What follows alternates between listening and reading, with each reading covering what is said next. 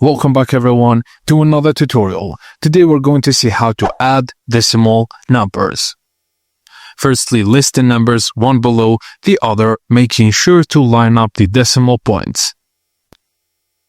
Now, if the numbers have a different number of decimal digits, fill in the missing places with zeros. And place a decimal point in the answer directly aligned with the numbers above. And begin with the rightmost column, which is the smallest place value.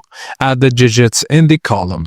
If the sum is less than 10, write it in the answer. If the sum is 10 or more, write the units digit in the answer and carry 10's digit to the next column on the left.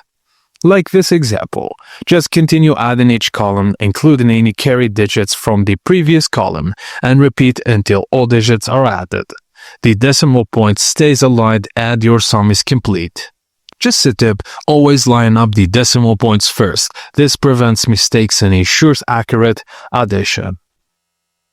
And that's it guys, as simple as that. Thank you for watching, and please don't forget to like and subscribe for more.